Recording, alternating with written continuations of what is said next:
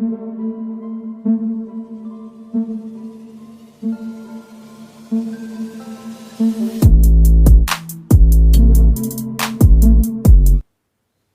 दोस्तों, scary story official में आप सबका स्वागत है।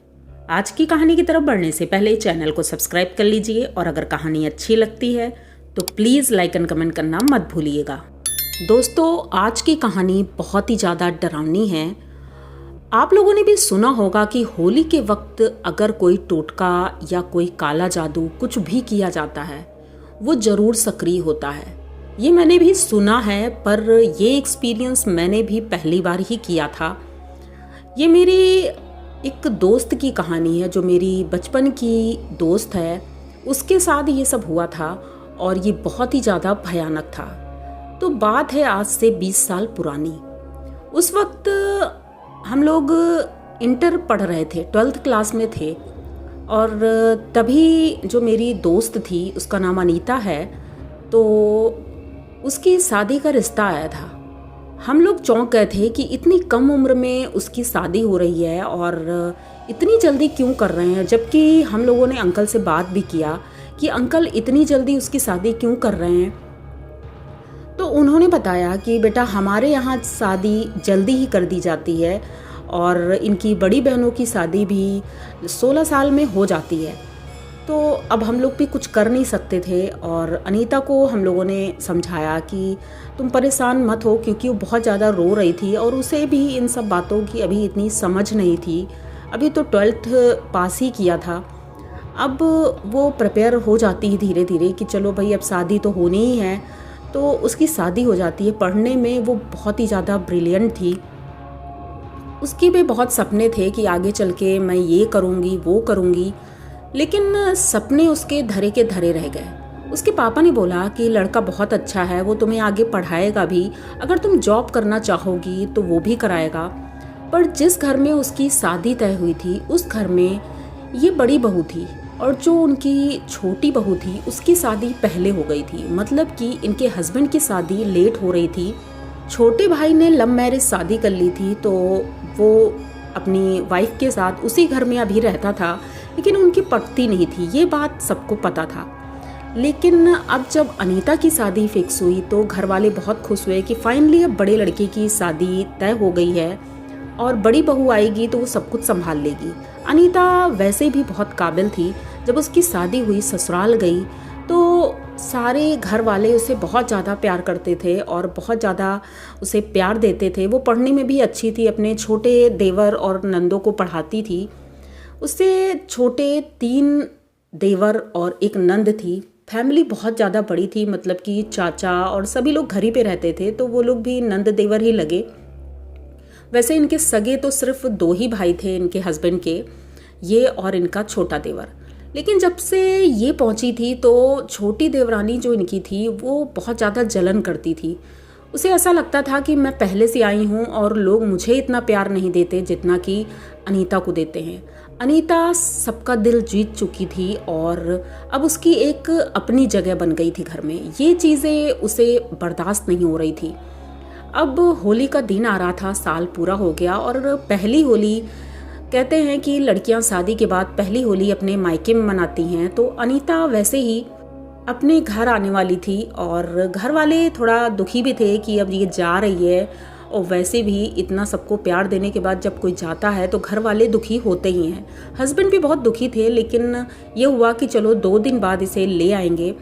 और अब उसकी पैकिंग हो गई थी। जब वो जाने लगी तो उनकी देवरानी उसके पास आती है, जो कि अनीता से कभी बोलती नहीं थी।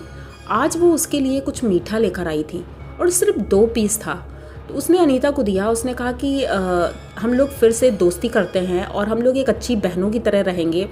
इसकी शुरुआत हम लोग मीठा खाकर करते हैं। अब अनीता भी खुश हो गई, चलो देवरानी है और वो पहल कर रही है तो मैं तो बड़ी हूँ। उसने वो मीठा लिया और 1 पीस खा लिया और 1 पीस रख लिया। उसने कहा नहीं, दोनों खा लो। तो उसने कहा कि नहीं, अभी मेरा खाने का मन नहीं है, बाद में खा लूँगी। तो कहती ठीक है। अच्छा, 1 तो खा लिया उसने और खा करके बस घर से निकल जाती है। दूसरे दिन होली का त्यौहार था, वो अपने मायके में थी।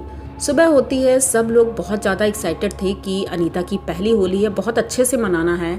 और अनीता अपने कमरे में थी। वो अभी तक बाहर नहीं निकली थी। घर वाले परेशान कि अभी तक निकली क्यों नहीं, क्योंकि इसे तो होली बहुत ज़्यादा पसंद है। जब उसके कमरे में गए तो उसका हाल देख करके सब परेशान हो जाते हैं। उसके बाल खुले हुए और वो अजीब सा बिहेव कर रही थी, ज़मीन पर बैठी थी और कुछ बड़बड़ा रही थी। किसी को कुछ समझ नहीं आया, लेकिन उनकी जो दादी थी, दादी ने जैसे ही देखा तो वो समझ गई। कहती ज़रूर इसके ऊपर किसी ने कुछ किया है।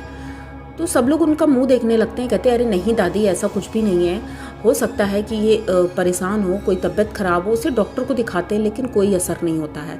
उसकी हरकतें एकदम बदल चुकी थी, वो खाना इतना ज़्यादा खाने लगी थी। अब दोपहर का समय हो गया था, होली सभी लोग खेल चुके थे, सब अपने अपने रूम में बैठे थे और इनकी माँ और दादी अनीता के पास थी। हम लोगों को जब पता चला तो हम लोग भी गए थे देखने के लिए। जब उसके रूम में जाने लगे तो उनकी मम्मी ने बोला कि बेटा तुम लोग अंदर मत जाओ क्योंकि डर जाओगे, वो जिस तरह से बैठी है वो तुम लोग देख नहीं पाओगे। लेकिन वो हमारी बेस्ट फ्रेंड थी, तो मैं और मेरी दूसरी बेस्ट फ्रेंड, सुनीता नाम था उसका, तो हम दोनों अंदर जाते हैं। अब बस दरवाजे से झांक रहे थे, तभी देखा कि वो हमारी तरफ देख रही है और उसकी आंखें इतनी बड़ी बड़ी लाल लाल आंखें थी और वो अजीब तरह से एक्ट कर रही थी, जबकि वो इतनी सिंपल और सीधी लड़की थी। ये चीज़ें हम लोग झेल नहीं पाए और तुरंत वहाँ से बाहर आ गए। रोना आ रहा था कि हमारी वो बेस्ट फ्रेंड है, उसके साथ ऐसा कुछ हो रहा है। घर वाले बहुत ज़्यादा परेशान थे। तभी हमारी जो दूसरी दोस्त थी, सुनीता नाम था उसका, उनकी मम्मी को सलाह दी कि इसे किसी पंडित को या तांत्रिक को दिखाओ। तो उनके घर वाले भी ये चीज़ मान जाते हैं और एक तांत्रिक को बुलाते हैं। तांत्रिक बताता है कि आपकी बेटी के ऊपर मारण क्रिया की गई है, ये ज़्यादा से ज़्यादा 1 महीने तक जिंदा रह सकती है, उसके बाद नहीं रहेगी और बहुत ही ज़्यादा तगड़ा किया गया है, मतलब कि बहुत ज़्यादा भयंकर है वो, उसे तोड़ना नामुमकिन है। अब वो तांत्रिक तो कहता है मेरे बस की तो बात नहीं है, लेकिन एक बड़े जो तांत्रिक हैं जो शमशान घाट में रहते हैं उनको मैं बताता हूँ जाके, अगर वो कुछ कर सकते हैं तो ठीक है। वो जाते हैं और वो तांत्रिक को, बड़े वाले तांत्रिक को बुलाते हैं और तब तक इधर मतलब इसकी हालत इतनी ख़राब हो गई थी कि इसे चारों तरफ कुछ लोग दिखाई देते थे। वो भागती थी, चिल्लाती थी और अपना सर दीवार पर मारती थी। ये देख करके घर वालों का तो रो रो कर बुरा हाल था। और दूसरे दिन सुबह ही जब वो तांत्रिक आने वाले थे, बड़े वाले, तभी सभी लोग एकदम से खुश हो जाते हैं, चलो फाइनली ये तांत्रिक आए हैं और ये हमारी बेटी को ठीक कर देंगे। अब उसको लेने के लिए जब कमरे में जाते हैं तो वो कमरे में थी ही नहीं। उसे लेने जब बाथरूम में जाते हैं, बाथरूम में भी नहीं थी। जब ऊपर छत में जाते हैं तो छत का एक कमरा था, स्टोर रूम टाइप का था। उस रूम में जाते हैं तो देखते हैं कि उस रूम में वो पड़ी है, बेहोश है और ऐसा लग रहा था उसे किसी ने मारा है। उसके शरीर से खून निकल रहा था और उसकी आंखें खुली हुई थी, ज़बान निकली हुई थी, ऐसा लग रहा था किसी ने मारा है, लेकिन कोई भी निशान नहीं थे। पुलिस आई, वो पकड़ के ले गई। तांत्रिक तो चले गए थे, लेकिन किसी को भी कोई सुराग नहीं मिला। आज तक कोई समझ नहीं पाया आखिर उसकी मौत कैसे हुई थी। ये गुत्थी आज तक नहीं सुलझ पाई। लेकिन कहते हैं कि ये जो होली के समय टोटके करते हैं और काला जादू करते हैं, ये बहुत ही ज़्यादा भयानक था। उनकी जो छोटी देवरानी थी उसने इनसे बदला लेने के लिए लगभग ये 6 महीने वहाँ रही थी और 6 महीने में उसने एक तांत्रिक से अपना संपर्क किया और उससे जो भी बन पाया इसने करवाया और वो उसे हासिल हो गया। जो चाहती थी वो हो गया और अनीता अब इस दुनिया में नहीं है। इस बात का बहुत ही मतलब बड़ा दुख है हमें। लेकिन वो लड़की भी खुश नहीं है क्योंकि उसके घर वालों को पता चल गया था देवरानी के, तो उनके ससुराल वालों ने उसे घर से बाहर निकाल दिया और ख़ास करके उनके हस्बैंड ने उसे घर से बाहर निकाल दिया क्योंकि ये ऐसे कुछ करती है, हो ना हो ये कल को किसी और के साथ भी कर सकती है, इसलिए उसे घर से निकाल दिया था। लेकिन ये दुख तो कोई भूल नहीं पाता।